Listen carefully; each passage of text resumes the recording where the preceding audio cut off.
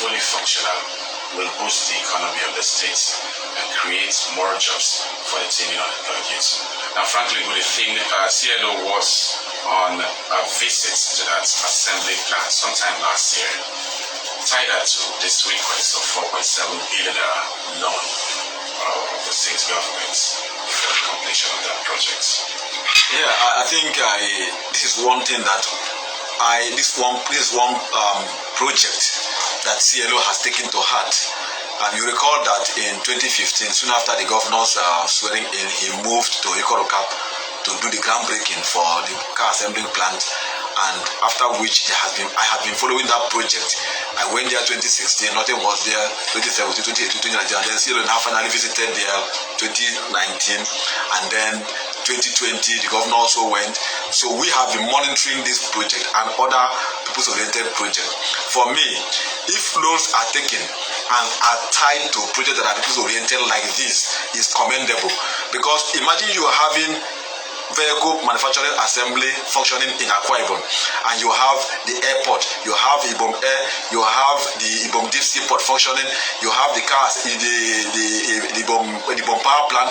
I think the state will become an economic hub, and the youth will be gainfully employed. I know that the car assembly plant will create jobs for several youth of the state. So this particular loan, I support it because it is going to create more employment. It is tied to a particular project. If the past government had tied a loan to the science park, I bet you by now science park would have been running. So for me, funding of the plant has been approved by the House of Assembly. It is now going to be expeditiously, carried out. So for me, this particular one is a welcome development, and I believe that the plant will be up and running. Those 20 persons that will be sent to Israel to go and learn how to assemble and couple vehicles are from Akwa Ibom. When they come back, they become pioneer staff of the company. And imagine those who live in there and those that will work in there. You produce cars, you produce vehicles, and they will service vehicles. They will also manufacture. They will also repair.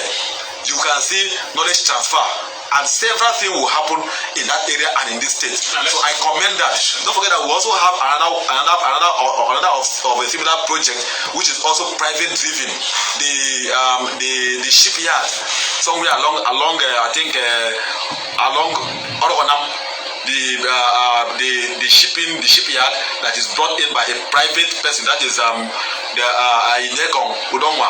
So you have the shipping company, you have the car assembling company, you have the Ibom Air, you have the Deep Sea Port. I think the state will become an economic hub. So I support this very project to come to the limelight. Now the question is, as we see reactions trading these developments this Tuesday, who owns the car assembly plant? What we gather is that this is a project by Mimshak Digital Limited Automobile Plant, and if you read that loan request carefully, you'll see that the state is to guarantee the loan, meaning it is Mimshak that needs $10 million, equivalent of 4.7 billion loan facility, and Akwa Ibom state government is guaranteeing it, meaning that in the event of a default in repayment, the state takes the liability of that. We also understand that there have been several other events totally invested by the government, and that which is individual and the role that the government has to play. What would opening it up mean for the people? Government and Senator George Akwa was that the government was supposed to guarantee a loan for Udoidege company to take over the plant and reactivate the plant. But that did not come to stay because of politics that happened.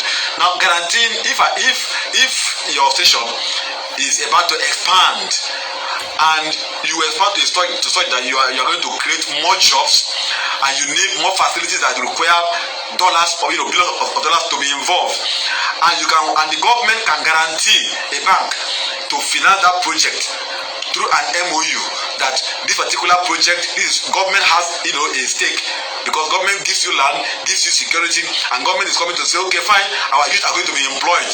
Let us site it in Akwa Ibom, do it here, do it there. Government can guarantee the loan. I think it is a welcome development, because you as a private person may not have the resources to be able to acquire such kind of facilities.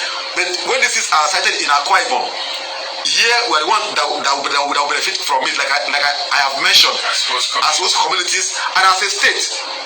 This particular car, we have just two or three vehicle manufacturing plants in Nigeria. We have the Innocent Motor, which is also private. We have the Peugeot in Kaduna, and this is the third vehicle assembling plant. So if we have this plant functioning in Akwa Ibom, I bet you, when the government is talking about palliative, they say they're going to release buses to Nigerian Labour Congress in order to reduce the suffering. This car assembly plant will also manufacture buses that can be used, but the government can go and buy and go and give to labor. Now let me tell you, the BRT in Lagos rakes in over 40 million naira per day. BRT that the Lagos state government is running, and yet the vehicles are not being produced in Lagos. They are produced in Brazil and imported. Now, I understand. So if you produce a vehicle here, you can make so much money and returns. If we talk about such investments and talk about Innocent Motor